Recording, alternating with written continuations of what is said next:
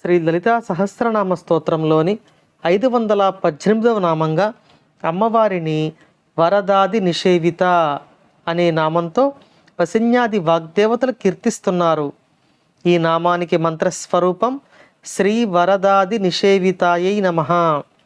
మూలాధారంలో కొలువై ఉండే తల్లి యొక్క పరివార దేవతలను ఈ నామంలో వసిన్యాది వాగ్దేవతలు మనకు తెలియచేస్తున్నారు. మూలాధారంలో ఈ తల్లి 4 దళాల పద్మంపై ఆసీనురాలై ఉంటారు.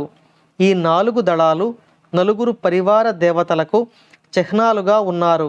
ఈ నామానికి అర్థాన్ని మనం గమనిస్తే వరద మొదలైన దేవతల చేత సేవించబడే తల్లి అని అర్థం అవుతుంది.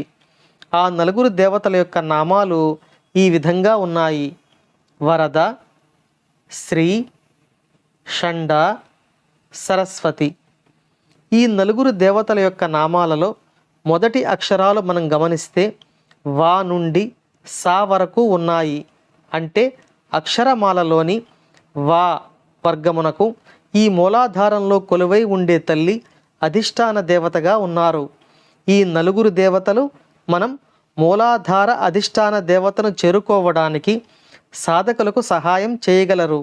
ఇందులో సరస్వతీదేవి చేత పూజింపబడే మూలాధారంలో కొలువై ఉండే తల్లి సాక్షాత్తు వాగ్దేవతగా మనకు ఈ నామంలో తెలియజేయబడుతోంది.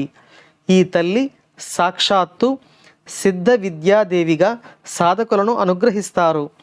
ఆ అమ్మవారి యొక్క అనుగ్రహం మనపై ఎల్లవేళలా ఉండాలని కోరుకుంటూ ఓం శ్రీమాత్రే నమః.